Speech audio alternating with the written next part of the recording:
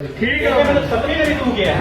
ये कह रहा हूँ सोशल मीडिया पर ये वीडियो बहुत ज़्यादा वायरल है जहाँ पर डीपीओ साहब बैठे हुए हैं और एक एसएचओ एक साहिल को ये कह रहा है कि इसने मैनू 7वीं बार तू किया है।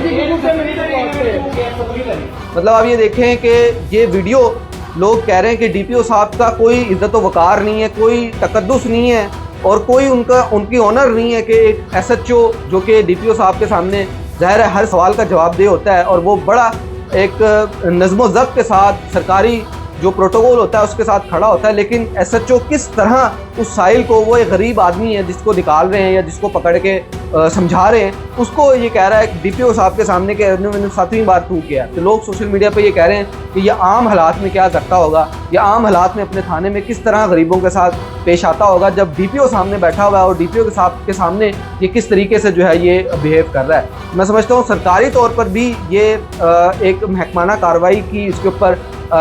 एक इंटेरोगेशन मुर्तकिब हो सकती है कि किस तरीके से आप डीपीओ साहब के सामने इस तरह के मामलात कर रहे हैं, जहाँ पर आप जानते हैं कि एक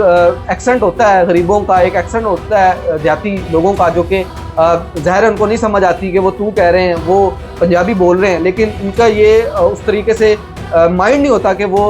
उसकी कोई बेइज्जती कर रहे हैं खुदा ना खास्ता है, या उसको और वाकई कोई उसको हकारत की नज़र से या इस तरीके से पुकार रहे हैं। तो वो गरीब आदमी बेचारा तू इसलिए कह रहा होगा कि वो उसका एक्सेंट होगा, वो उसका ज़ाहिर है जिस इलाके में जिस एरिया में रहता होगा उसको नहीं मालूम। लेकिन एसएचओ साहब जो हैं वो इसको बहुत ज़्यादा फील कर गए, बहुत ज़्यादा अपनी अना के ऊपर ले गए और डीपीओ साहब के सामने उन्होंने बदतमीज़ी शुरू कर दी और उन्होंने चीखो पुकार शुरू कर दी और उन्होंने कहा कि जी ये मुझे 7वीं दफ़ा तू कह रहा है, और उनको ज़ाहिर है फिर सॉर्ट आउट किया, मामला निकाला। बहरहाल